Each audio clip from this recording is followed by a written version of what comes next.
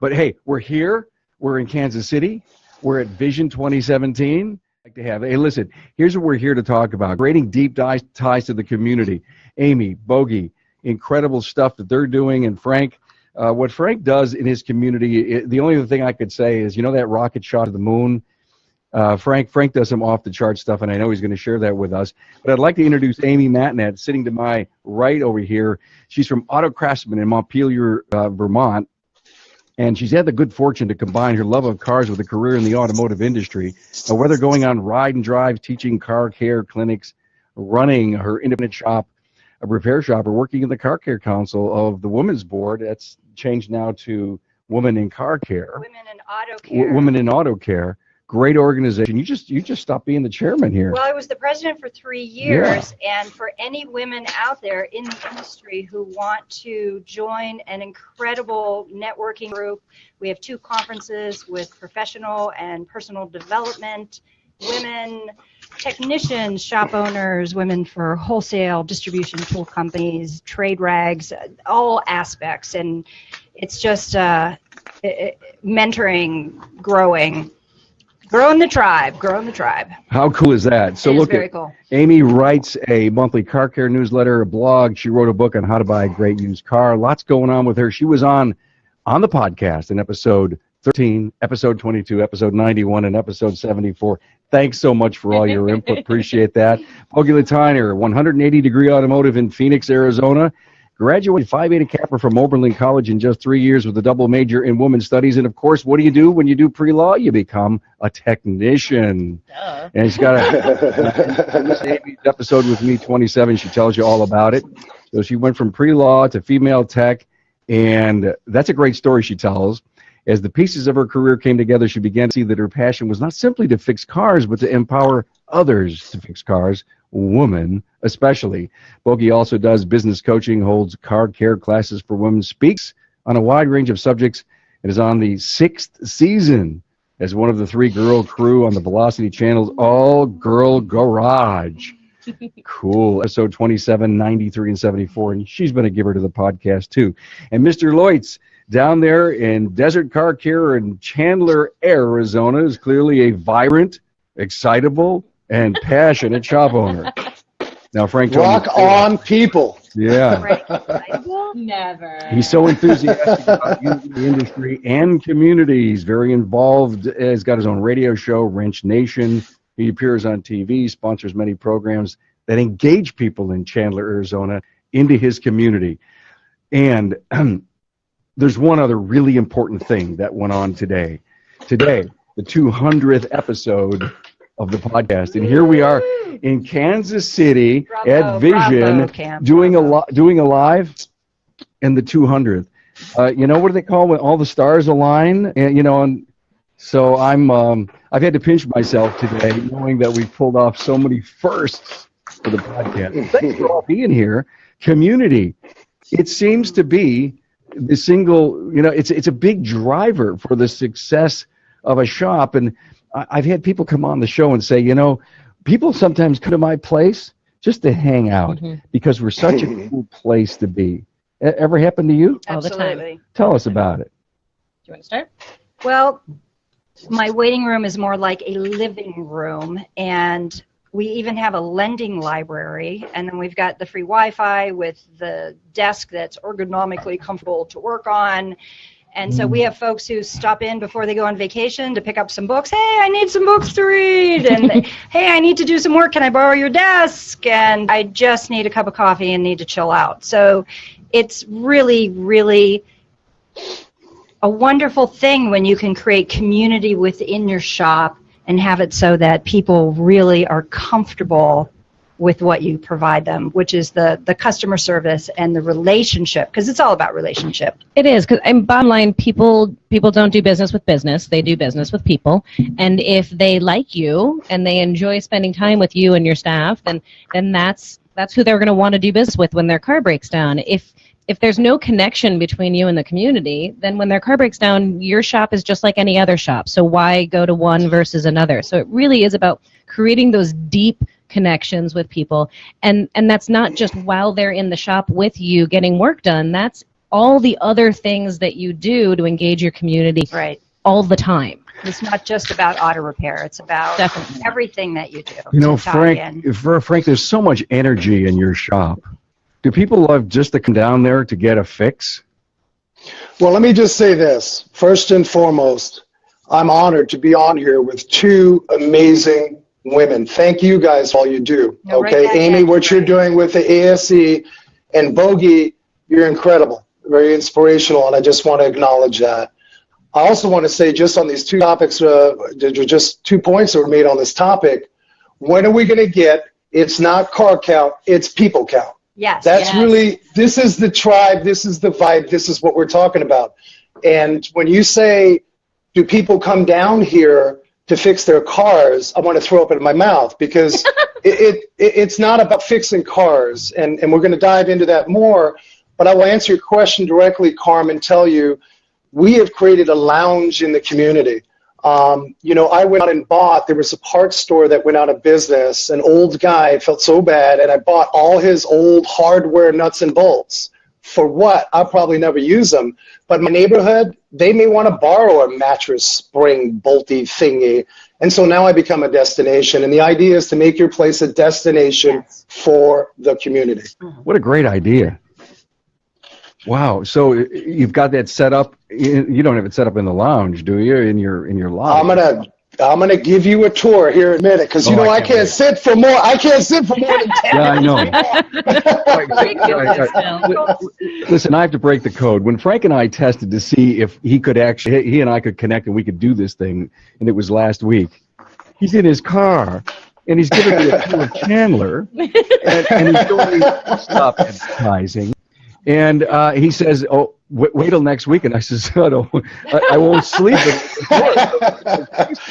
I thought I had shiny disease bad, but he's got it way worse than I do. Wait, shiny? Yeah, no doubt about it. Yeah, Frank, But you know, guys, we're really calm, which know. people don't describe us as calm. you know, I got to say, when Bogey, you mentioned that, I think a lot of our folks in the industry, I think failing fast there's nothing wrong with that. And part of that new shiny object syndrome, Yeah. you know, there's a lot coming at us as operators, as entrepreneurs, as community-minded individuals. And I know you, Carm, there's a ton of stuff that you can test and try. And I think it's okay to fail fast and try something and move on. And that's really what this is about. Well, thanks, Frank. You were one of the ones who said, hey, there's about a 1.8 million community events in the United States. And how do you choose to get involved in one? Well, if you're asking me, I've been working on trying to figure out how I only need 3 hours of sleep. But I would say this. Obviously, that was a stat that was put up there to sort of trigger some emotion. There isn't anything, guys, that we cannot connect to.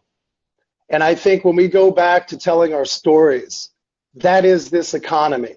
When people talk about millennials like this Madison Avenue marketing myth, it's crapola. People want your story. And I think within your community, there's many ways to connect with is your passion in helping your community and telling your story. You know, we can't tell people this is the cost and I'm going to advertise it. It doesn't work anymore. I'm telling you right now, you guys know this. It doesn't work. You can go out and spend on 100,000 coupons, and that's the casino slots. It's gambling. It's risk. And our job is to reduce the risk. Yeah. So when I go into the community, tomorrow I've got a parade. I've never been, they've got me in a parade and I'm waving. I've never done, I've shown up to parades, but I'm Are involved you in a parade. practicing? Are you practicing your? I'm doing that. Yeah, there you go, Bogey. Yeah, Cup your hands, Frank. cup it. Yeah. Try to move it I'm- around. Okay, all at once. All at once. There you go. So what was disappointing about that, and I'll wrap it up to the answer here and tell you what was disappointing, and it is my biggest overall disappointment, before I get involved in anything, it doesn't matter what I do. It matters what I do with my team and my family. And I'm disappointed only 2 of us can go, right? I wanted all 12 of us, you know, and our family members. But, you know, get out in your community, and we'll talk deeper into that about some of the method to that. I couldn't agree with you more, Frank, that it is about your story and connecting with people. And people do want to hear who you are, why you're passionate about the industry, why you're passionate about what you do, why you care about the community. And you mentioned there's like 9 million different events going on. You gave the actual number. I'm just exaggerating now. But, you know, it is a challenge. How do you pick? How do you choose which ones to be involved in? I think there's two kind of different tactics. One is to find the things that really represent your story and your brand the best, but also connect with your desired demographic the most, who your demographic is, because those two things have to match, like what your story is and who your customers are going to want to connect with.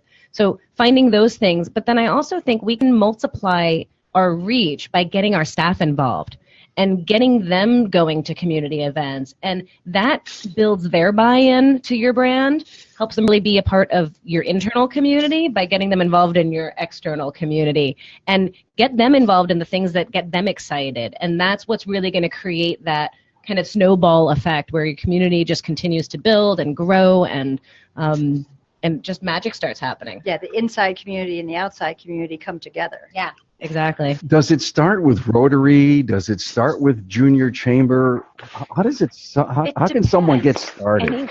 Anywhere. It depends. You have to see what resonates with you. I did Rotary for many, many years, and I'm just too busy to do it now. But I am so into giving back to the community, so I can still do that within the shop. And that's one of the ways that we're really tied into the community. We do a Toys for Tots special. Right now we've been doing, this is our third month of doing a food drive for the local food pantry, and we make it fun. And with something like that is we become again that destination, Frank. Mm-hmm. So during Toys for Tots, I have people who just stop in with toys because they know we collect toys. They don't need service, but they're still going to come in because they know they can drop off toys or food or, you know, whatever it is that you're doing. But I like to tie it with the community, become that destination, and just give back to the community. Yeah. It's a win-win. It's got to be a win-win for everybody. So let's talk special go ahead, Frank. Well, I just want to say something. All these things are great. There's a lot of us listening right now, and I think we really need to get to takeaway. We have 24/7 in a day. What can happen to many of us is we get overwhelmed. I can tell you many years ago, I was so involved, I had no time. I had no work-life balance, and you guys know that's really important for our sanity. I think it's really important to understand your why to your business, because if you don't plan out your sort of protocol for what it is that you're trying to attract. Bogey does an amazing job. You go into Bogey's place, it's an art gallery. It's a soothing place. It's a place that you can sort of, you know, relax, and you don't even think you're in a garage. You're lending books. Many of us listening right now, some of these great garages across the country, they have become a destination in their places. But in what we do daily to reach out, this is time, this is hustle, this is getting your work face on. And I don't want folks to get on this kick and get burnout, because it can reverse all of your efforts. Because if you burn out, you're done. You're Frank, am I right, guys? Yeah. I mean, I'm going to kind of say, I think, you know, one of the things is that business owners tend to do, shop owners tend to do, is they're just in their business all day, right? They're there at 6 o'clock in the morning. They're there until 8 o'clock at night. They're doing books. They're doing this. They're doing that. They're never leaving their shop. They're never leaving their office. And so I think actually saying get involved in your community is actually also an encouragement to, like, go get out of therapy.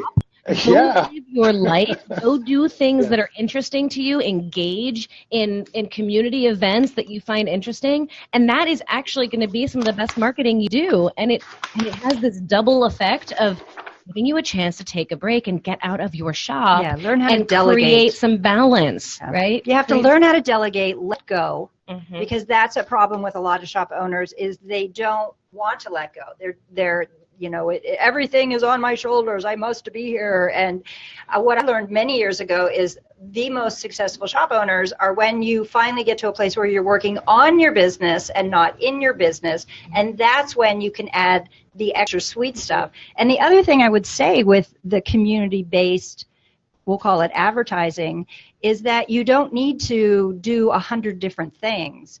Pick 3 things and do them well. Just like you don't work on all cars and do everything with cars, you specialize. And so it's become a specialized world. So if you can pick 3 or 4 community-based activities, whether it's going to Rotary once a week, going to the chamber, once a month, or doing a food drive. Right. It's find out what your sweet spot is. Like Frank does the radio show really well. I enjoy it thoroughly, and I actually learn stuff.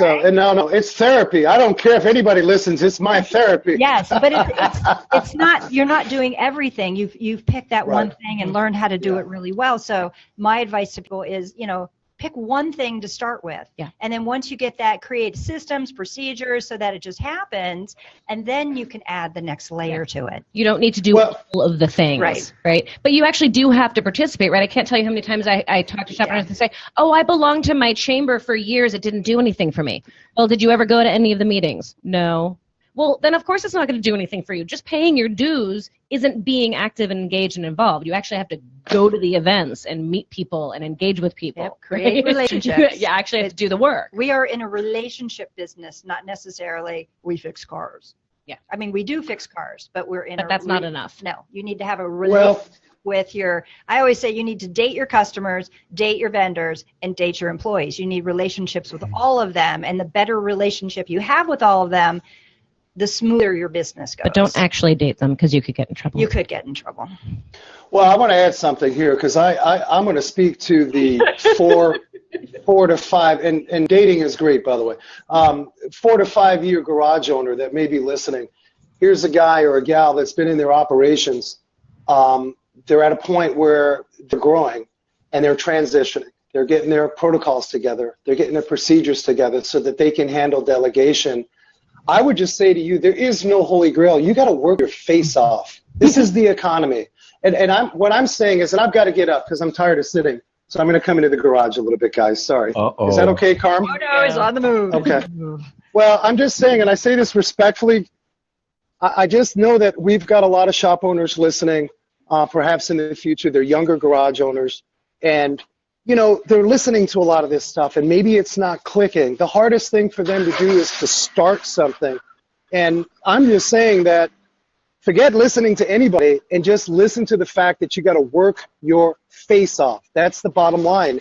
And, that may come across very harsh, but there isn't anything that we cannot do, whether it's community-based, whether it's in our operations with people, if we just work for it. And I think a lot of us are looking for holy grails. We're looking for these silver bullets, and we're looking for all these things and these autopilot ways of doing business.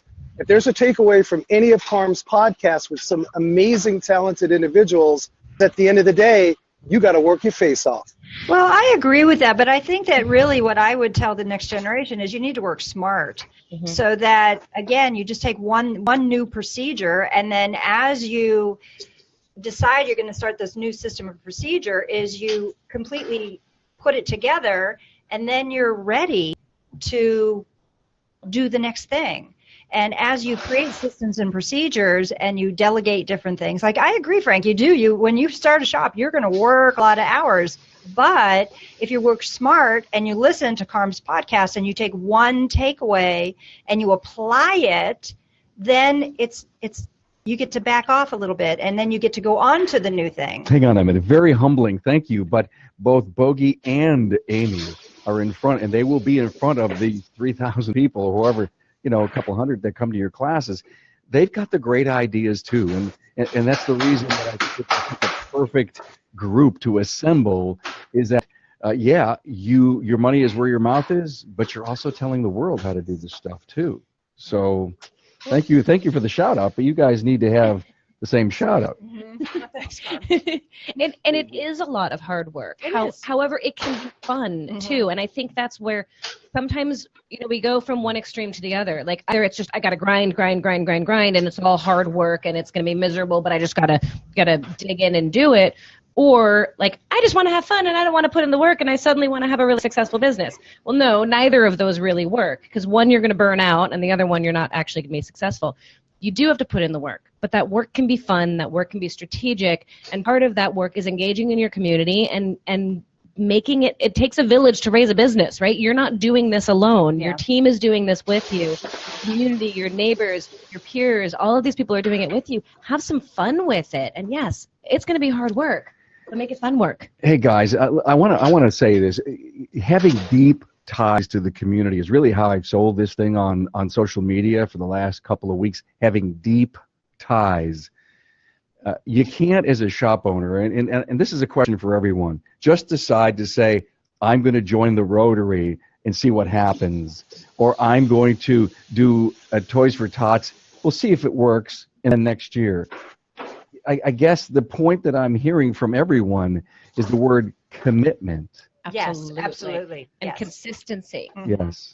You've got to do it all that. Because it has to be authentic. It has to be genuine, right? If people see that you are just selling cheap oil changes and selling specials all the time, and then once in a blue moon you suddenly show up with this, we're doing something really cool for the community, cool give back, and then you never do it again, it doesn't feel authentic. They think it's just a hoax or a pitch or a way to get people in and spend their money. Whereas instead, if it's part of your culture, that you're doing this on a regular basis, and they just see that this is the culture of your shop, is to give back and be involved and be a part of the community, then it feels authentic and real, and people can sense it. They can sense when it's not real. Yes. And when you do it right, it's amazing what you can accomplish. I've always given to the local food bank and the food pantry, but when I started doing it at the shop and I got my customers involved, there was one food drive where we collected 12 55-gallon barrels of food. You think that had an impact to our community? What a cool thing to be able to give. I just love it. And it didn't cost us anything. It was, we were going to do a special anyways. I mean, most of you have specials during slow season, just kind of tagged on to the choice of your charity, say, and it's amazing what you can accomplish, and it's such a feel good. So Frank mentioned that Bogey has an art gallery. Tell us about that. I do. I have an art gallery in my lobby, and part of it, to be perfectly honest, it comes to this authenticity thing. I started the art gallery in my shop a little bit because I was being selfish. I love art. I love being a part of the art community. I'm not an artist. I'm artistically inept. But I was working at my shop all day long as a typical shop owner, and so I wanted to bring the art to me. So I built an art gallery in my shop to bring the artists to me, and it's a great way to build community. It's a great way to make work more fun and engage people. And so every 3 months we change our artist exhibit out. We reserve the space for artists who maybe wouldn't have a chance to be in a quote unquote real art gallery. So they're in the little baby 180 auto gallery, and it gives them an opportunity to grow. And we have a nice event for them. They bring all of their friends. They bring their community. It's a great way for communities to merge and come together and have a really fun event that isn't about automotive care at all. And people come in and they're there for the art opening. They're like, "This is a auto shop? What? I don't get it." Right? So it's just an awesome opportunity, and it's not about cars. It's not about cars at all. It's about community. And we happen to get a lot of customers out of it because it works out that way. But that's not why we do it. It just brings us lots of customers because we're being authentic and active in the community. Again, it's that win-win. Absolutely. Win-win for everybody, for the artists, for Yes. their community, for us, for our personal lives, for our business lives, all the way around. Huge win. Car care clinics. Yes, got to do them. Mm-hmm. Frank, you do them? Oh yeah, on steroids. Are you kidding me? I wonder, should I be surprised by that answer? I would just add something. Very good points, and forgive me for the phone in the background, but you gotta love the working active environment. What I would suggest as a takeaway from the great responses regarding the things that we can do in the community, you really got to choose your battles, and you really need to make sure you're aligning yourselves. Look, time is precious, time is valuable, but we all are going to get the job of committing the value to our communities. Our heart and our minds are there, but we shouldn't feel guilty if we're looking at a certain demographic that we're trying to attract. There's no shame in that. So if you're in a coffee group, in your local group, and you've been doing that for 2 months and it's just not working out, and when I say working out, it means that, if you're suggesting cross-promotional items, if you're looking to network and you're not getting any reciprocity, fail fast and get out of there, because there is elements of your community that want you, that can reciprocate. And I think that's important. We cannot fall in love with vanity in the things that we do. We still have to build our businesses. And I say that respectfully. Yep, absolutely. Thanks, Frank, for that. Hey, I just want to take a moment. We're not necessarily halfway through, but I always stop for some self-serving promotion. By the way, next Friday, Town Hall Live at noon Eastern is on concierge service. Cool subject that we need to get into and find out what's going on with that, and is that a powerful piece of differentiation in a shop? But hey, thanks for Amy, Matt Nat, and Bogey Latiner, and of course Frank Leutz out there in Chandler, Arizona at Desert Car Care. And all three of my guests bring a huge commitment to community, and that's what we're here talking about, creating deep ties to the community. So I think you were, Amy, extremely committed, and Bogey, you too. I've heard your stories about car care. And did it start because you wanted to grow your business, or did it start because of your altruistic passion about paying it forward and educating the consumer? I think for me it was women were asking. They were, I don't understand, you're using words, I don't know what that part, where is that part on the car? So it was just a natural way to bring them in. And we started out small. We'd start out with 5 women, and the next time it was 10 women. And we've done up to, I think we had 30 women once, and we broke them into 3 groups, and it worked out great. And I'm going to put a plug in for the Car Care Council. So Bogey and I are both part of Women in Auto Care, and we've been working for about 2 years on, we call it a car care clinic in a box. And there's many different ways that you can do a car care clinic. You can do as a very small class where you actually do hands-on, and you have women change a tire and check their oil and jump a battery. So they're actually doing stuff. You do it what we call you just explain things. So you're putting the car up on the lift, and you're bringing them out into the shop, and you're explaining all the different parts and pieces of the exhaust system, how it works, brake system, how it works. Then there's the big events where, for people who have really big shops, you could have 8 stations, and the women just move around. Or you can even do a PowerPoint. We're working on putting a PowerPoint car care clinic together, which I did one last year, and it worked out really well, and the women loved it. So anyway, we've been working with the Car Care Council for about 2 years, and we're very close to putting it together, and it's going to be an absolute turnkey car care clinic in a box that shop owners from all over anywhere can download for free, and then have that information to be able to do car care clinics on their own. Because again, it's one of those win-win where you're empowering women, you're educating them, you're making them a better customer. Yes, absolutely. It's a great thing to do for the community. And then as a bonus, you'll get customers. Yeah, absolutely. For me, it started out not about getting customers at all. That was the bonus, right? It's like, oh, wow, this actually works really well to spread the word about my business and getting customers. But really, I started doing it because I had such an interesting experience learning about cars in the beginning. And I think kids today are not taught the basics of automotive care, right? Yeah, they're not taught anything. I think there's certain things that everybody should know before they get their driver's license, and we're not being taught this. And so I was totally ignorant girl on the other side of the table who knew nothing. And I got such a sense of empowerment and so much out of learning how to work on cars when I was first starting out in high school that I wanted to share that with other women and help them feel less vulnerable, because so much of why, particularly women, but today it's women and men, because nobody knows about cars anymore. They're so complicated. Yeah. And so I didn't want anybody to feel the way I did when I was young, walking into a repair shop, feeling like I've got a huge target on my head because I don't know anything and I don't know how to interact with a repair shop. So I was teaching the classes really to give people the opportunity to understand how the industry works, to understand how they can have a better relationship, how we can team up, right? It's me and you against your car, Exactly. not me against you, right? So how do we partner to take care of your car and make it last as long as possible? And also to give them that sense of empowerment that may translate into other areas of their life. It may not be about cars at all, right? The other challenges that they may take on when they realize that cars aren't that scary. Right, and I did something outside my comfort Yeah. zone, and I survived And I it, and survived it's it. cool, so I could do that again. Oh, I can change a tire. Oh my goodness, I can break those bolts loose. It's not as scary as it looks. It's just a great feeling. And when you watch that light bulb go off, Yeah. we're like, oh, I get it.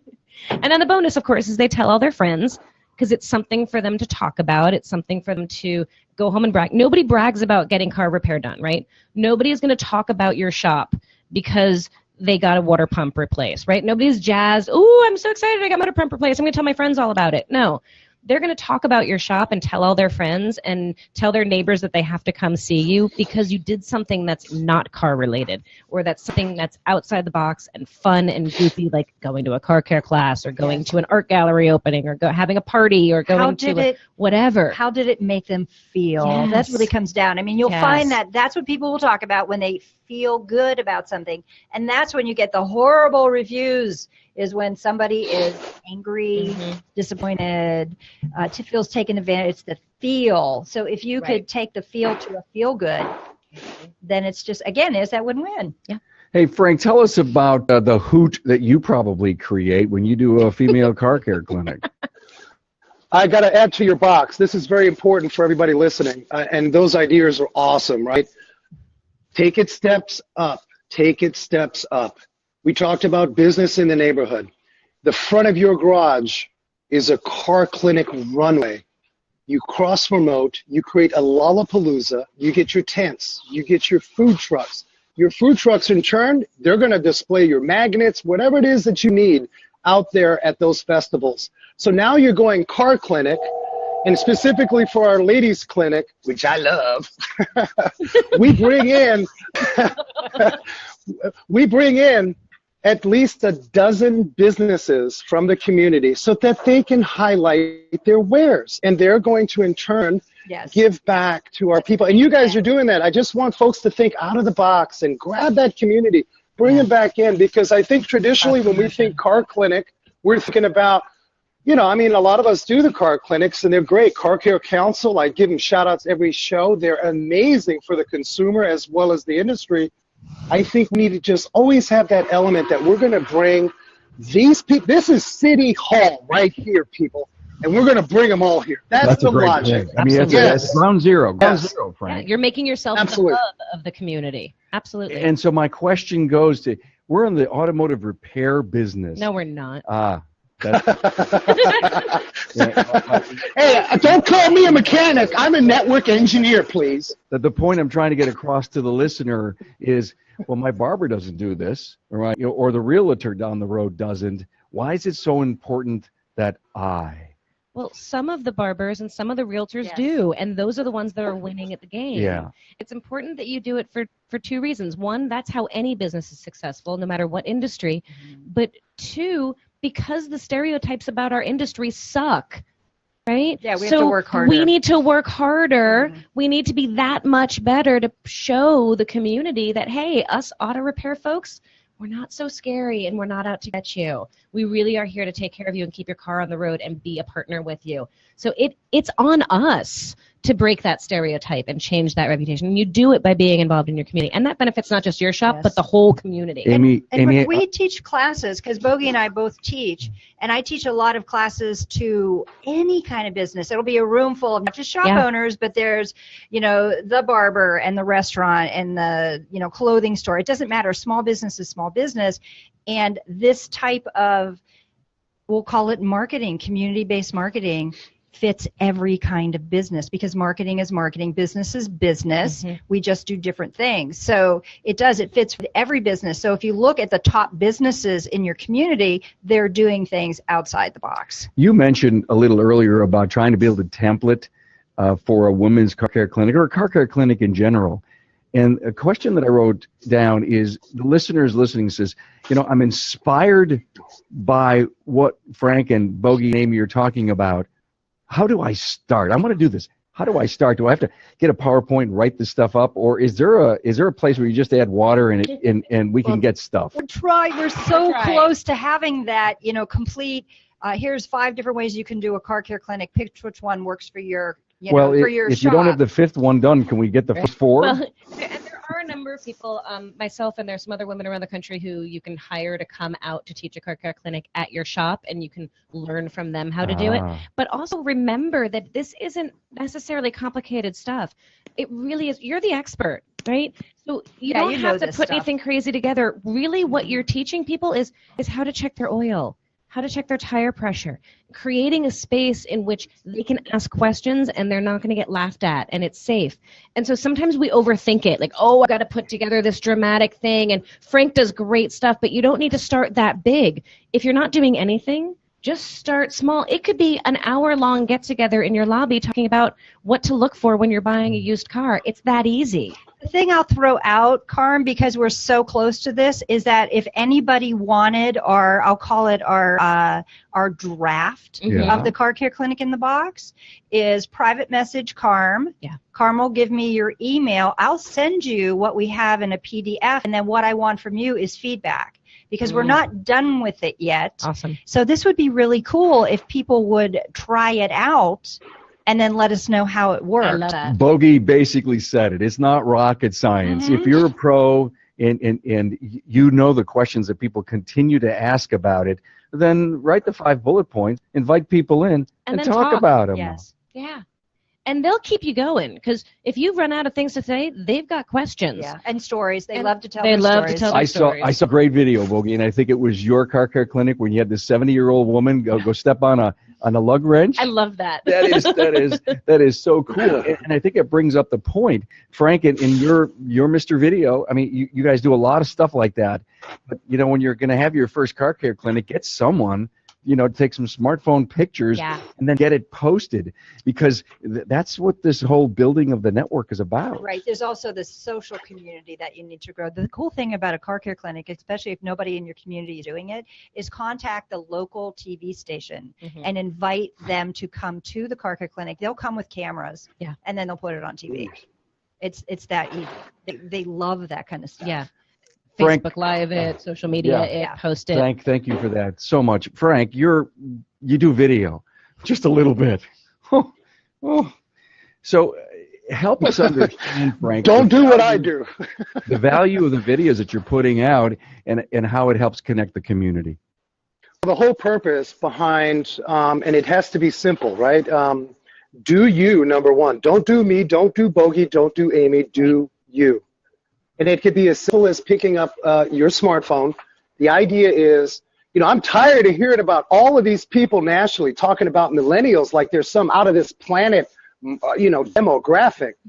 People want people. And I'm saying to you, you have to actually document your story, repurpose it digitally. Okay? So it's as simple. You don't have to go out and get fancy. Tell your story. And get online. As you guys know, social media is huge. You have to choose your battles in that arena.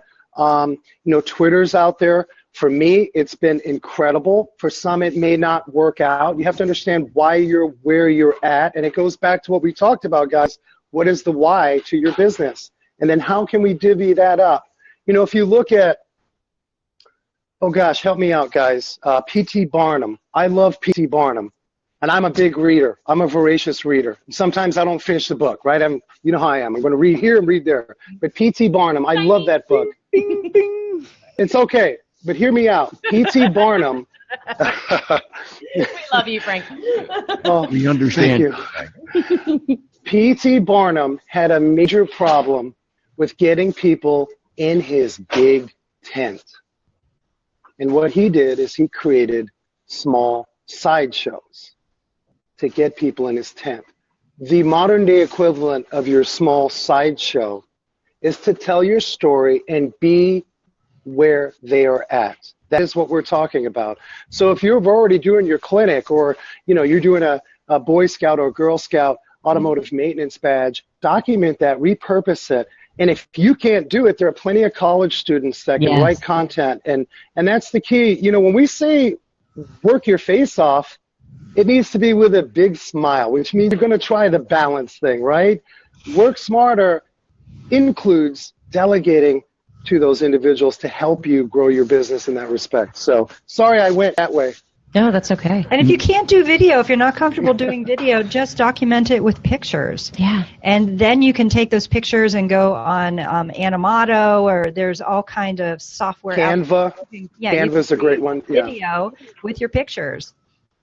So, Frank, you have a YouTube channel. Bogey, do you have one? Yes. And Amy, do they bring any value to this whole discussion on community? Well, the whole thing with YouTube that's so cool is you've got, say I have 10 videos on my YouTube channel. I can add them to, they're all on my website. They're also, I can like pull them out depending on what I'm doing and add them to Facebook and, the different social media. So you can repurpose them over and over. What kind of videos do you have up there? I have one on, of course, car care clinics. I have one on, we do an undercoating service because I live in Vermont and everything rusts away. I have one on, we did one on with a local radio personality about how comfortable our waiting room is. And basically he came in and just like moved in. It was so much fun. What a great idea. Yeah, it was wicked fun. And just, I had one where I did a ride and drive driving for, Goodyear on their tires. And, I mean, anything fun that you do, it's just fun to take video of it. People, again, it's your story. What do you got up, Bogey? I'm ashamed to say that I don't do YouTube for my shop. Okay. I do YouTube for my personal brand Right. And for all the rest of that stuff. But And for the Chevy montage. and for the Chevy build. montage, yes. But one thing that I think is a really neat thing for people to do, and I'm working on getting my team engaged and doing some of this for the shop, is doing some actual tips and tricks, automotive stuff. We know that consumers are Googling whether and checking out YouTube to see if the repair that we've recommended to them is something that they can tackle themselves.